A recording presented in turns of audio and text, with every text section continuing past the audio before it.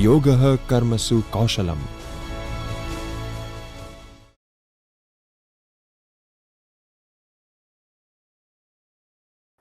Hello everyone, I am Dr. Geeta Nema. I am professor at International Institute of Professional Studies, Devi Ahilya Vishwavidyalaya, Indore. I did my PhD under management and also did MBA with a specialization in marketing. I am a registered PhD guide with Devi Ahilya Vishwavidyalaya, and under my supervision, 8 PhDs are already been awarded, and many of the research scholars are still working and undergoing their PhD work. Today, I am here to discuss the topic with you people that relates to a very important concept which we always teach in management, and that is nothing but leadership. So today I am going to talk about role of leadership styles in modern management. Now, as we know that management is a very important aspect that plays a very important role in any organization. Now, what is an organization? An organization is a place where so many people work together in order to achieve some common objective or goal. Right.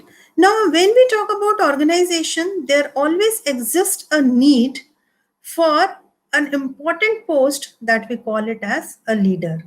Now, without leadership or without the guidance, it is very difficult for any organization to achieve its overall goal, or I can say its overall objective.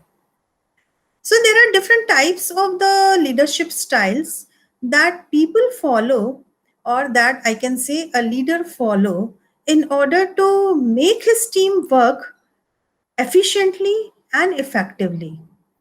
So today we will discuss the various leadership styles, and as we know that in today's changing environment, or I can say in today's changing business environment, there are different types of the roles that a leader performs. Now, at different point of time, a leader adopts different kinds of the leadership styles.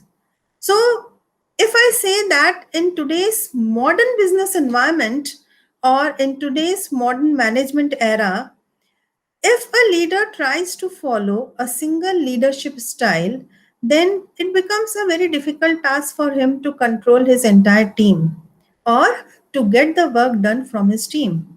So, a leader follows a combination of different styles depending on need of an hour or depending upon the changing environmental circumstances. Right? So nowadays it is a very challenging task for a leader to understand his team and to get the work done from his team by adopting different types of leadership styles at different point of time. Because when we talk about management, management is nothing but it relates to getting the things done from others. So if a person wants to be a successful leader, then he has to understand his team, and accordingly he has to follow such kind of the leadership style so that he can take the advantage of his team in the best possible manner, and so that ultimately we can achieve the objective of the organization where we are assigned a specific task. Right? So as I told you that in today's business environment, a leader never follows a single leadership style, but depending on the business environmental conditions, he follows different leadership styles so that the maximum advantage of the team can be taken and the organization's objective could be achieved in the best possible manner. Right. So today our focus of discussion would be now how these leadership styles can be followed by a leader efficiently and effectively so that the ultimate aim of the organization can be achieved. Right. Now I am going to share my slide share, and with the help of that PPT, we will understand the different leadership styles that a leader can follow. Right? So the topic or the title of today's discussion is Role of Leadership Style in Modern Management. Right? The various subheadings that we are going to cover in this discussion would be: who is a leader? What are the various leadership styles? What are the relevant leadership styles in today's world or in today's business era? And finally, I'll conclude my topic with the help of the various opinions or of the people that we will study right now. Now, to start with or to begin with the discussion, first, let me tell you who is a leader. So, a leader can be defined by an ability to get others to follow willingly, right? As we see that it is very difficult to get the things done from others. But on the contrary, it is very easy to do the things at our own. A leader is not a person who performs the task at his own, but he is a person who has got that ability to get others to follow him willingly. Like whatever the instructions are being given by that particular leader, his team should follow those instructions. Right? So his team should have that much of confidence in the leader that they should believe that whatever the instructions, whatever the informations, whatever the task is being assigned by that particular person as a leader, they have to follow that particular task or they have to follow those instructions. So a leader can be any person who has that ability to get others to follow his instructions or to follow him willingly. Right?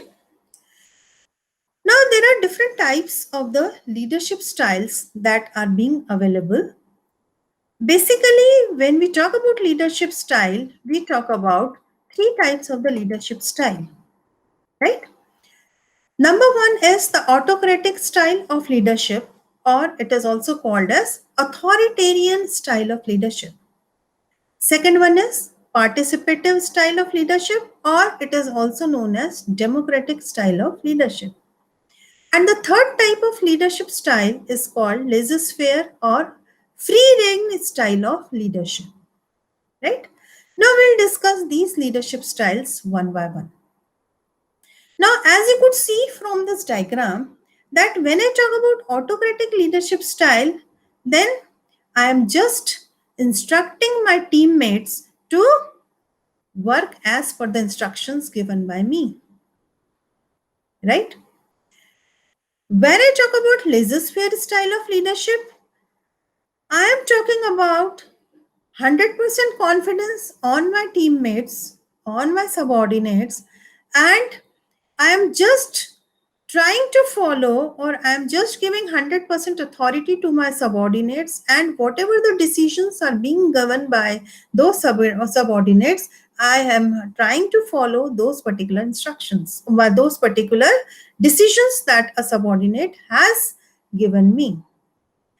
Third type of leadership style, as you could see from this diagram, that it is known as democratic leadership style, where we can see that in case of democratic leadership style, the direction of the arrow, which indicates that the subordinates are given equal authority and responsibility, or we can say they are being given equal rights to contribute in the decision that the management is going to take. So these are the three types of the basic leadership styles that are being followed in any organization. Now we'll discuss these styles one by one. Number one, we'll talk about autocratic or authoritarian style of leadership. Now, this style of leadership is used when leaders know what needs to be done and tell others how and when you want it to be done without seeking input from others. As you could see from this picture that there is a boss, he is giving instructions to his teammates. Whether the teammates are liking his instructions or not, they need to follow it, right? These these teammates, they have no authority to bypass their leader, or I can say that they have no authority to give any input to their leaders. So this is called autocratic style of leadership, where the leader shows 100% authority and he has got 100% power to take any decision without considering any input, without taking any guidance, any suggestions from his team members. So this is called autocratic style of leadership. Now, when I talk about autocratic style, so the decision making power is centralized in the hands of the leader, right? As I told you that the subordinates have got no authority to give their inputs or to share their knowledge with respect to a particular problem that the organization is facing, but the ultimate decision making power is centralized in the hands of the leader. So the leader does not delegate any authority, right? Now he does not delegate any authority means whatever the decision the leader takes, that decision would be considered as the final decision. So it requires close supervision, and a leader can also use the techniques of giving punishments to his subordinates, and he can also threaten his subordinates, right? Because he has got 100% power, he has got 100% authority. So if he wants to misuse his authority, he can very well misuse that. So he can also give some punishments, or he can also threaten his subordinates at different point of time if his subordinates doesn't follow or doesn't implement the instruction of the leader, right? Now the question comes that when we talk about autocratic style of leadership, then when this style of leadership can be applied, right? Or when to apply this style. So, the autocratic leadership style is best used in situations where control is necessary. Often, where there is a little margin for error, when conditions are dangerous, rigid rules can keep people out of harm's way. So, when the management thinks that the organization is facing such type of problem where the situation requires a strict control, then the autocratic style of leadership can be applied, where the management thinks that yes, in this particular situation, you need not require any suggestions or inputs from the subordinates, but the leader has got enough knowledge, the leader has got enough exposure, and on the basis of his knowledge and exposure, whatever the decision the leader takes, the subordinates need to follow those particular instructions or decision being taken up by the leader, right?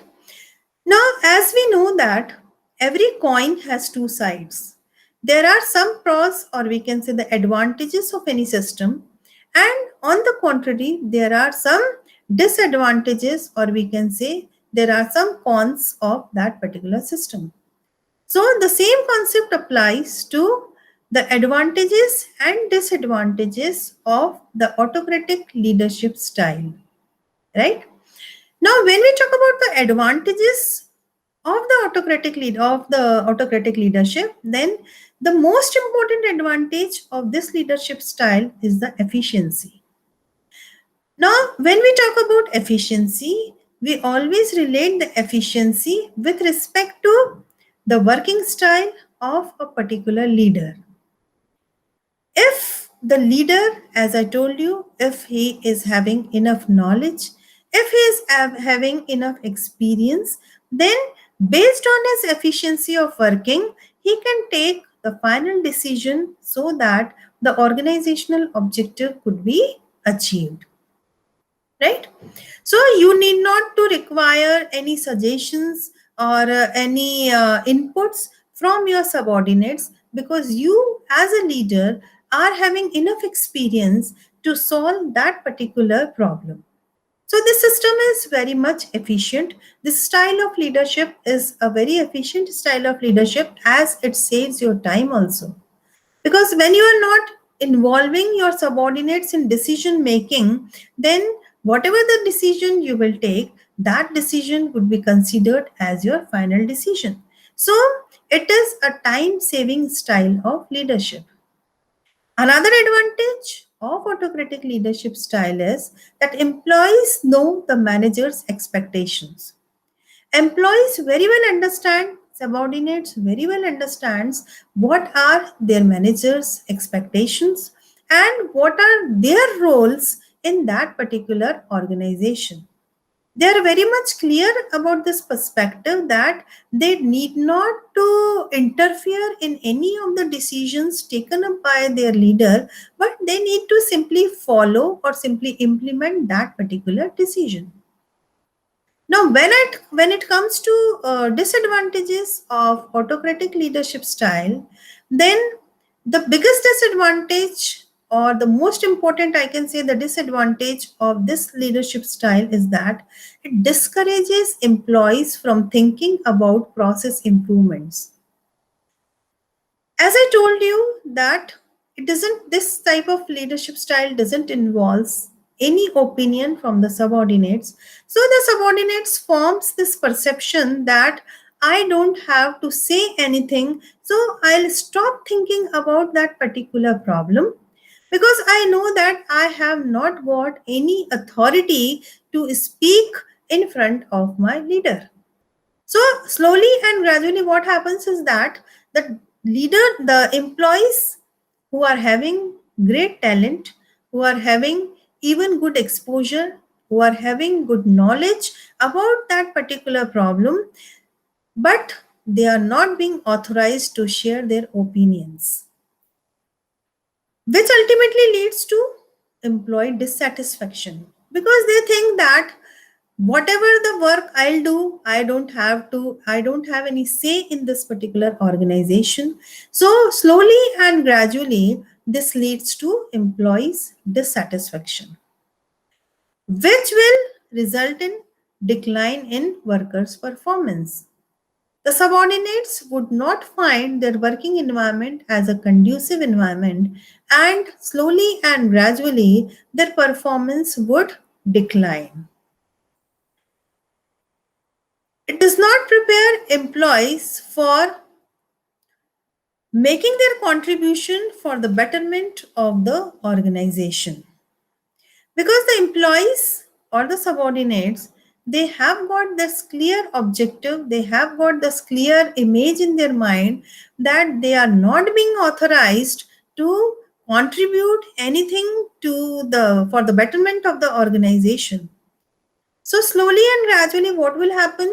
They will stop contributing in the organization, and the entire load will fall on on the leader who is working in that particular organization, right? So if I talk about the example of autocratic leader, you must have heard about this person's name, who is called Hitler. Hitler is one person who has control over all of the workers or followers. Hitler is in complete control, and no one is permitted to make any suggestions or offer any opinions, no matter how it may benefit the group. So, but if I talk about today's modern management or the modern organizational environment, then this type of leadership style is not at all workable, because the environment in today's business world has been changed a lot. Subordinates are also too much literate. They are having enough experience. They have got good knowledge. Their skill set is so much capable that you cannot impose any decision on them. So, autocratic leadership style is not applicable in today's business environment. Now we move ahead to the second type of the leadership style, which is called participative or democratic style of leadership. As you could see from this picture that there is a table and so many persons are sitting around this particular around this table. So this is called participative or democratic style of leadership where the leader involves others in the decision making process. However, the decision of the leader would be final. The leader maintains the final say. But yes, in this style of leadership, leader takes the suggestions, he takes the inputs from his team members or I can say from his teammates, right? So participative, as the name indicates, this type of leadership style involves or includes the participation from the various employees who are working in the organization. As we say that India is a democratic country. Why do we say this that India is a democratic country? Because in India every individual has right to speak. So on the same concept, the democratic style of leadership is based where the leader involves his teammates or his subordinates to contribute their knowledge, to contribute their experience, to contribute their inputs in whatever the decisions are being taken on behalf of the leader. After taking the suggestions or the inputs from the subordinates, the final say of the leader would be considered by the management. Like sometimes what happens is that we always think that no, we are boss. So whatever the decision I'll take would be final. But sometimes it happens that our subordinates gives good suggestions which doesn't come in our mind. So the democratic style of leadership has got this biggest advantage that if any of the subordinate has got better knowledge, better experience, better skills on the basis of which he can deal with that particular problem, you can very well consider his knowledge or skills before taking final decision. So, the democratic style of leadership encourages staff to be a part of decision making. Because if you are giving the suggestions or your inputs to the management, then the staff is being encouraged. The staff feels very much motivated that yes, we are also part of such a kind of the organization where management thinks that we are also capable to take and to give our suggestions related to a particular decision or a particular problem. So such kind of the leadership style, it encourages the staff to be a part of decision making because the staff develops this feeling that yes, if I am having some say in this organization and I have to think in such a manner that my say could be adopted finally. So, when this feeling of belongingness, when this feeling of having a part of decision making, which can cause either benefit to that organization or which can even lead to some kind of the disadvantage or I can say the loss to that particular organization, if such kind of the feeling can be there in any employee, then it encourages the staff or it encourages the employees or it encourages the subordinates to work properly, right? Because they have this thinking, they have this mind framework that if something goes wrong on the basis of the inputs that they are giving to the management, then there is probability that the organization may suffer loss. So they take it very seriously that Whatever the inputs I am contributing to the management, that inputs may lead to the success of my organization. So it keeps the staff informed about everything that affects their work and shares decision making and problem solving responsibilities. Now, as I told you right now, that if you will keep your staff informed that you as a staff member are equal stakeholder in this particular organization. So slowly and gradually what will happen that the subordinates would also develop this feeling that yes, I am also very important asset for the organization. And the day or the moment this feeling that I am an asset for this organization comes into our mind, then on that particular day or from that particular day, the employee start contributing more and more for the betterment of the organization. Right? Now the question comes that under what conditions the democratic style of leadership can be applied? Or I can say when to apply this democratic style of leadership. So, this style of leadership works best in situations where group members are skilled and eager to share their knowledge. Now, this is a very important point here. If you want to apply this leadership style in an organization, then as a leader, you should have that much of confidence, you should have that much of trust on your subordinates or on your team members, which leads to a decision that whatever the inputs are being provided by the subordinates, those inputs are not going to cause any harm to the organization. Rather, those inputs would be always for the betterment of the organization. So, it is also important to have plenty of time to allow people to contribute, develop a plan, and then vote on the best course of action. Now, as I told you, in democratic style of leadership, the leader takes the contribution from the various subordinates or from his teammates. So it takes little bit more time because when so many people give their suggestions or their inputs on particular one agenda, then it is a little bit time consuming process. And inputs also vary from person to person. It depends on the past experience of the subordinate, on the awareness level of the subordinate, on the knowledge level of the subordinate, that how he deals with that particular situation or a problem that is being given by his leader.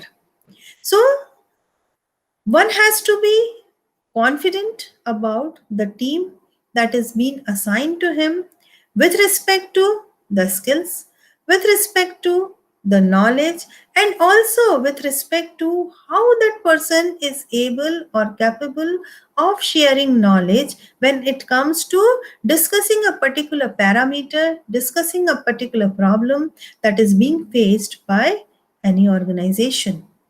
So, when it comes to applying this style of leadership, then it works best in situations where group members are skilled with respect to the various qualities that are being possessed by the team members or the group members or the subordinates who are working under the guidance or the supervision of a leader. Another thing is that you, as a subordinate, are having various skills, but you are not interested in sharing your knowledge. You are not interested in communicating with other people about whatever the skill set you are having.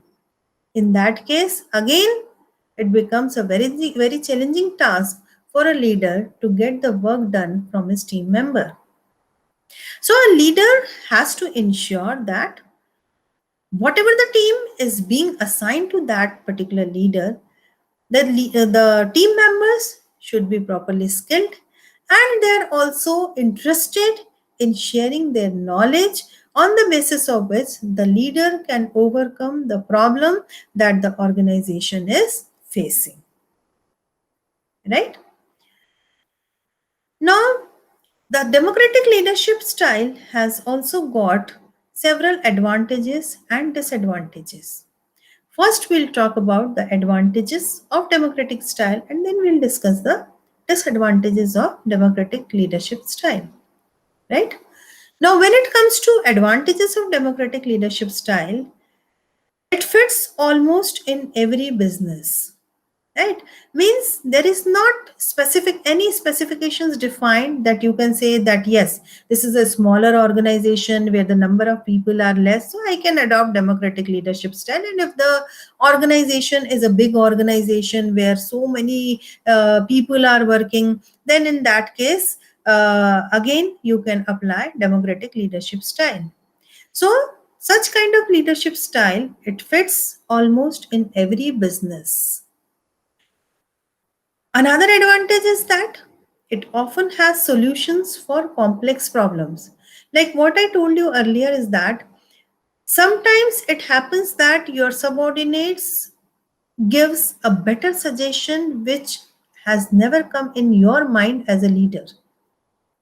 So it often has solutions for complex problems. Now sometimes, like as a leader, we think that no, I can't solve this kind of the problem. But there is possibility that when you discuss this problem with your teammates, then there is a chance that you may get a better suggestion from one of your subordinates which has never come in your mind, and on the basis of that particular suggestion it becomes an easy task for you as a leader to come to a final decision making, right? So it often has solutions for complex problems when you involve your subordinates in decision making. And the very important advantage of this style of leadership is that it promotes a creative environment. Now, how it promotes a creative environment? See, when you are involving your subordinates in decision making process, then the subordinates develop this feeling that yes, I am also an important asset for this organization. So it promotes a creative environment. The employees they think that yes, our say has also got some weightage in this particular organization. So I should work more and more. I should contribute more and more when it comes to development of that particular organization or when it comes to reaching the goals of that particular organization. Because when the environment, the working environment of the organization is creative, then more and more people would be interested in contributing for the betterment of the organization. So this kind of leadership style, it promotes a creative environment where more and more subordinates try to find a way through which they can contribute more and more for the betterment of the organization. It also results in building strong teams. Now, how it is possible? How you can make strong teams? See, when you are talking about a group of the people who are working for the achievement of the common objective of the organization, then in case of democratic style, different people work together. They have different skill set, they have different talents, they have got different expertise or the knowledge area, but when these diversified people they meet at a common platform, then it results into building strong teams which can contribute in a better possible manner when we talk about a single individual working alone for achieving the organizational objective. So when we talk about democratic style, it results into building strong teams. And when any leader is having a strong team under his supervision or guidance, it will surely result in better performance of his team, leading to ultimate achievement of organizational goal or objective. So these are some of the advantages of democratic style of leadership. But on this other side, on the other hand, this leadership style has got several disadvantages also. Now we'll discuss the disadvantages of the democratic leadership style one by one. Number one is that it tends to become apologetic, right? It is a time consuming leadership style. It takes long to process decisions and it can seem to be uncertain. This leadership style takes too much of time because when you are involving your subordinates, when you are involving the employees of your organization in decision making process, then every individual will contribute some or the other depending on his knowledge or the experience, and then reaching to a consensus depending on the various inputs that you have received, that you have got from the subordinates or the employees who are working under your leadership, under your guidance. Then it becomes a very challenging task for a leader to come to a consensus. And another thing is that it requires too much of the time because you need to hear the opinions from the various people, from the various employees who are working under your guidance, because you cannot skip even a single teammate. You need to invite the suggestions from all those people, all those persons who are working under your supervision, right? So that is why we say that this type of leadership style takes too much of the time, because you will hear the inputs from the suggestions from the various employees or your teammates. Then every person's suggestions you will take into consideration, then you will think about the pros and cons of those suggestions, and then finally you try to come to such a decision. You try to reach to such a decision which is always for the betterment of the organization. So that is why we say that this type of the style of leadership is time consuming, and it requires the entire process that need to be followed by a particular leader, right?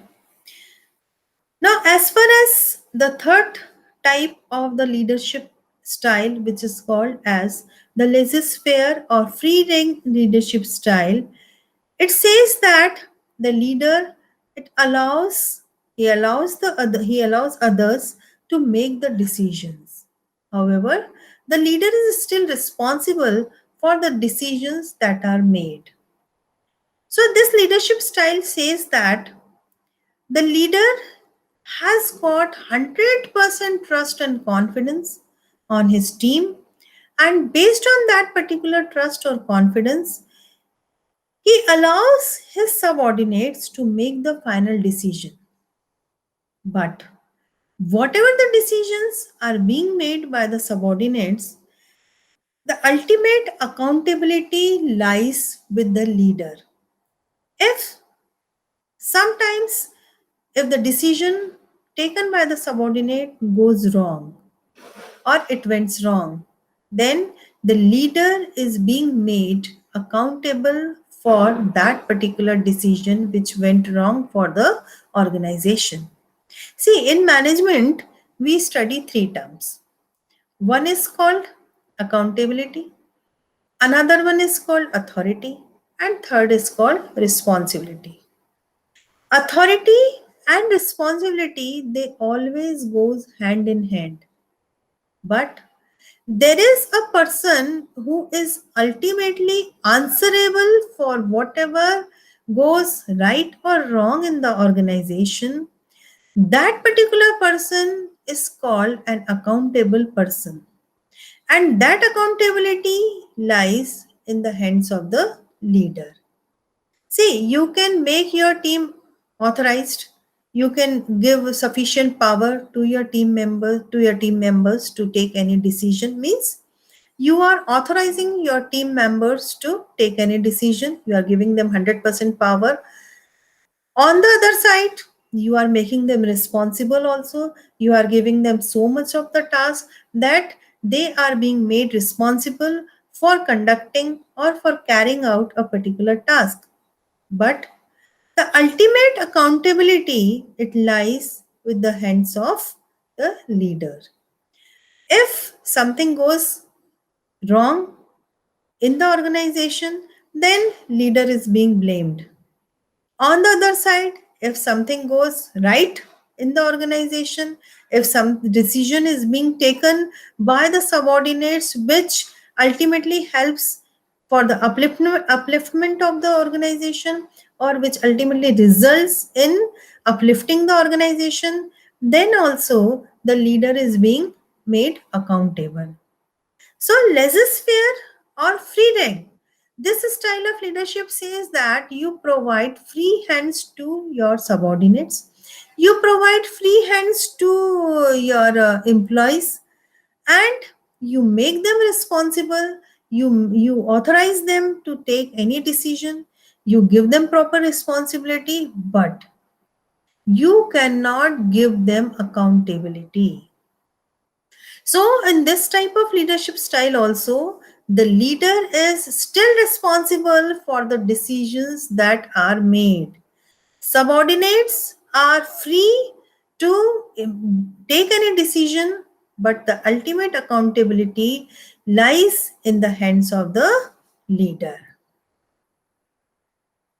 The manager, in case of laissez-faire style of leadership, provides little or no direction and gives the staff as much freedom as possible. Right? As you could see from this diagram, from this picture, that the leader is telling his subordinate that do it anyway what you feel is right. Means he is giving 100% authority along with the responsibility to this particular fellow that you perform the task. I have given you a problem. Now, whatever the best solution you think on at your part, you can very well give that solution to the specific problem that is being assigned. So, you can use your knowledge, you can use your experience, you can use your entire skill set, and you suggest, you can give a proper decision based on your skills. So if you want any guidance, then as a leader, I can provide you little bit of the guidance, but the ultimate decision would be given by the subordinate, right? So this picture is clearly showing that how this laissez-faire style of leadership works, which says that the leader is saying to his subordinate that do it anyway, what you feel is right, but I want the solution of a problem. Right?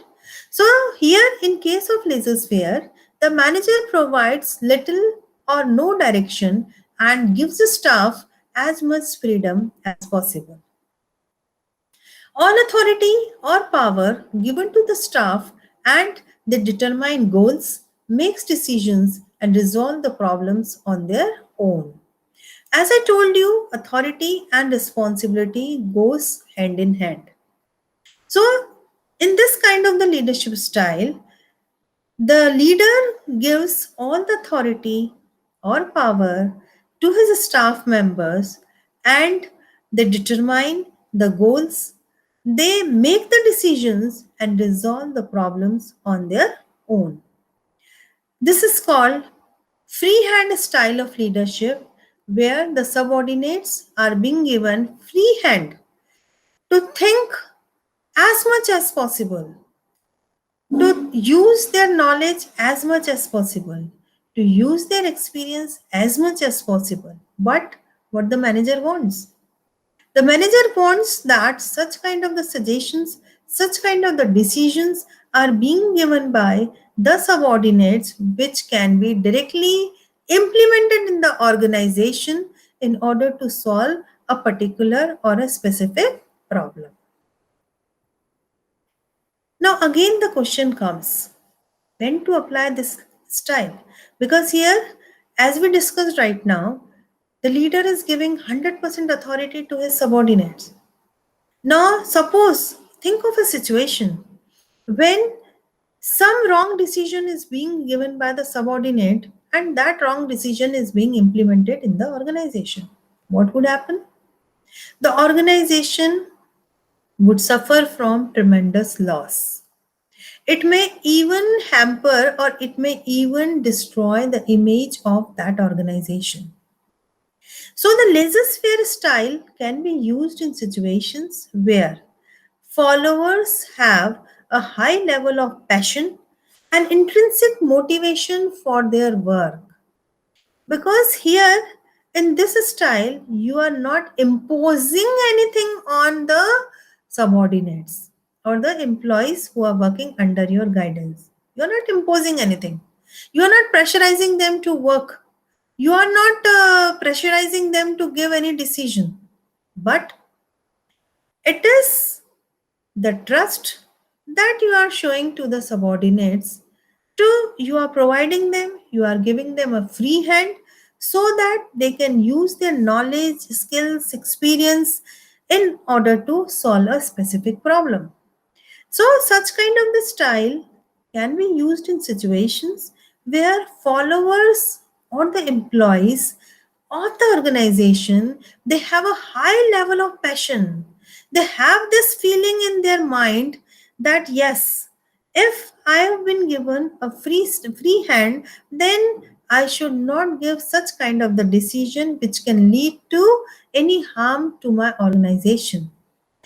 The employees are intrinsically motivated. They have the zeal, they have this passion to work for the betterment of the organization.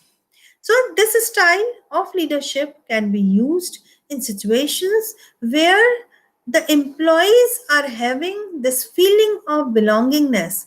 They are having this thought process, this thinking in their mind that whatever they are doing, they should do for the betterment of the organization, and the organization, the management is having trust on themselves, and that is the reason they are giving them a free hand to think in the best possible manner in order to solve a particular problem, in order to give such a decision which can be used for the upliftment of the organization or which can be used for the betterment of the organization. And if the employees are intrinsically motivated, if they have that zeal from their within that yes, I have to work in my best possible manner. I have to use my skills in the best possible manner because management is having trust on me. Whatever the decision I am giving would be followed in the organization. And so I can work, I can try to give, I can try to solve this particular problem in such a manner so that I can gain even much trust, much confidence when it comes to leadership or when it comes to gaining confidence in the eyes of the leader or in the eyes of the management.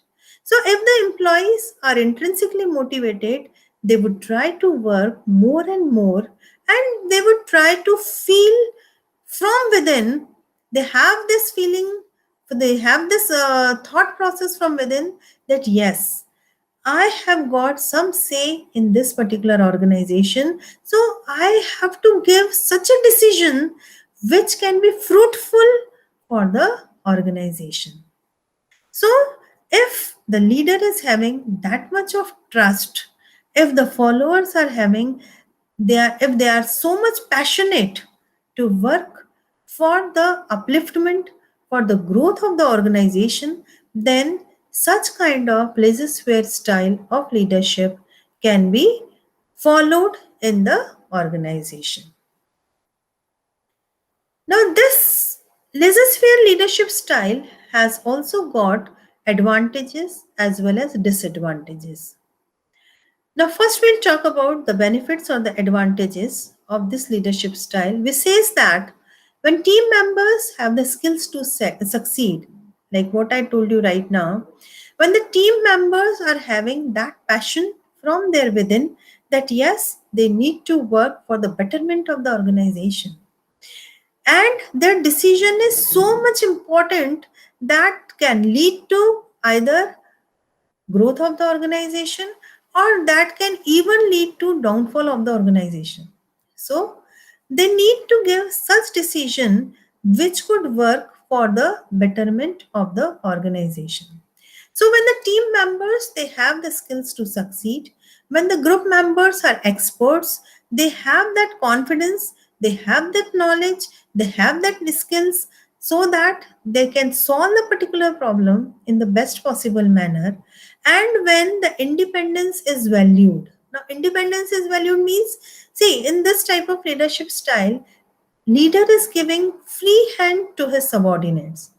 So the subordinates think that we are given proper authority along with the responsibility. So I need to work more and more. I need to give such kind of the decision on the basis of which I can even uplift or I can even make the trust stronger as far as bonding between the leader and subordinates is concerned.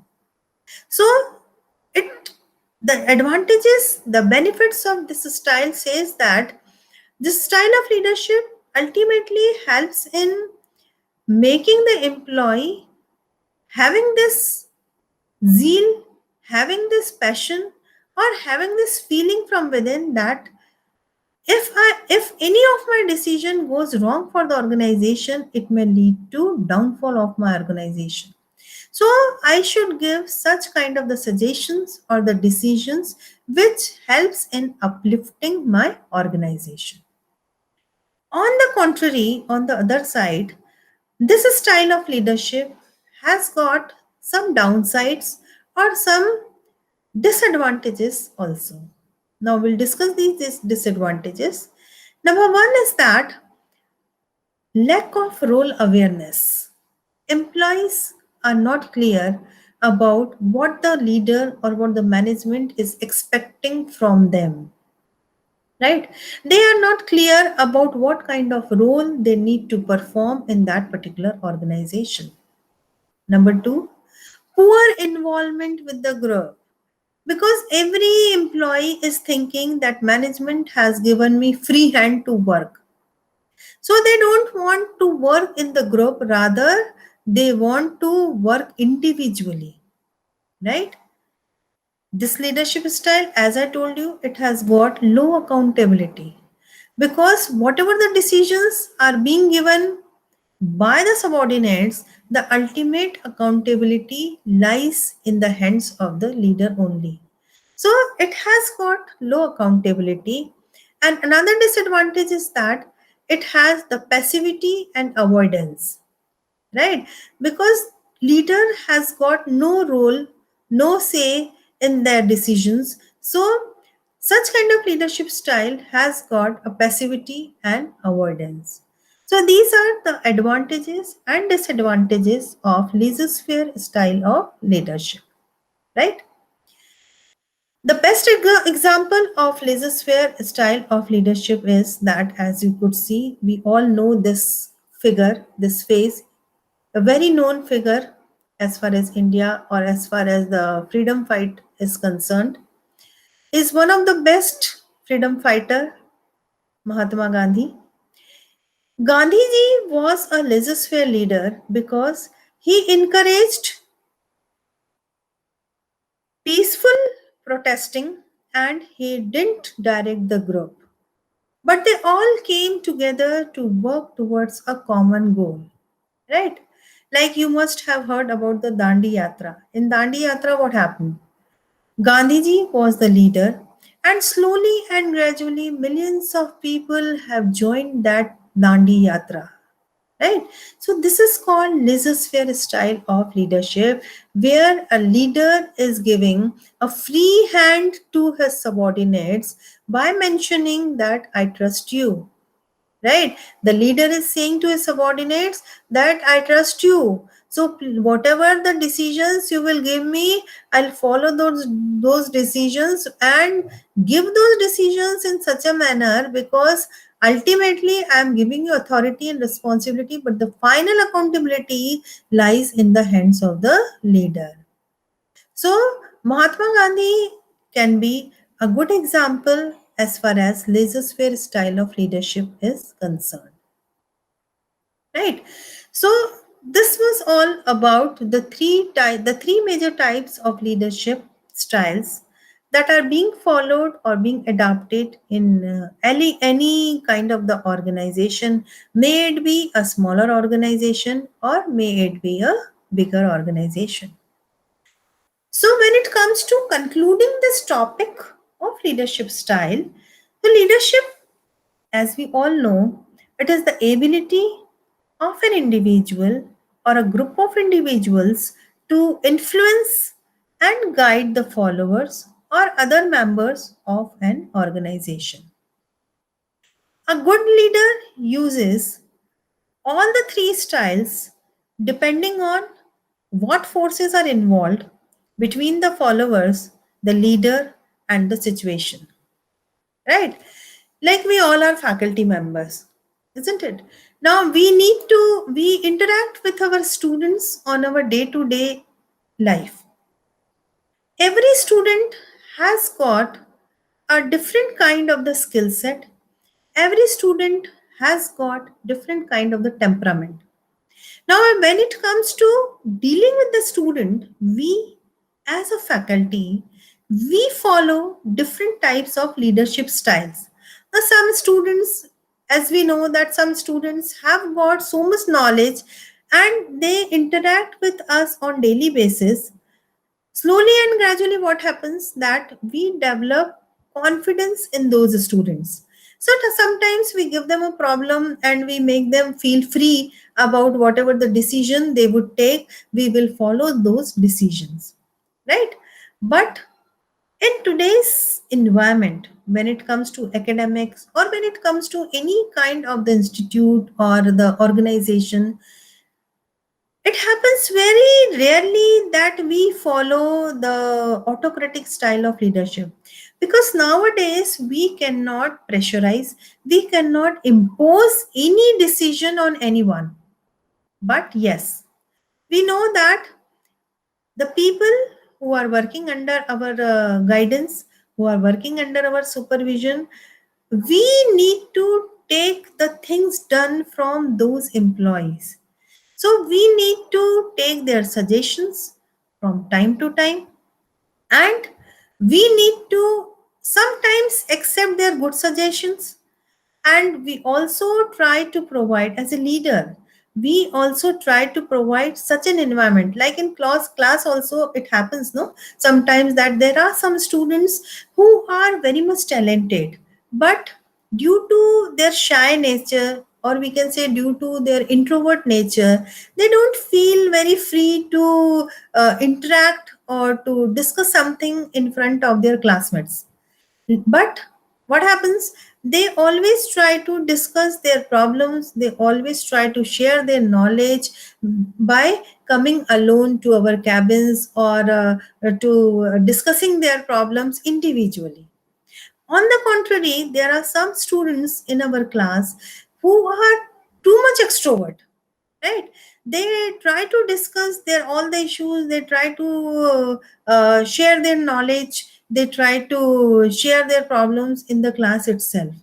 So we, as we deal with different kinds of the different types of the students differently, similarly in any organization, different types of leadership styles are being followed at different point of time in order to create a better working environment, in order to promote a better work culture, and in order to give such an environment in an organization so that the employees or the subordinates can work in their best possible manner, they should be able to contribute to their best or to their fullest so that the organization can lead to success, or the contribution that are being given by the employees of the organization can lead to the betterment or the upliftment of that particular organization,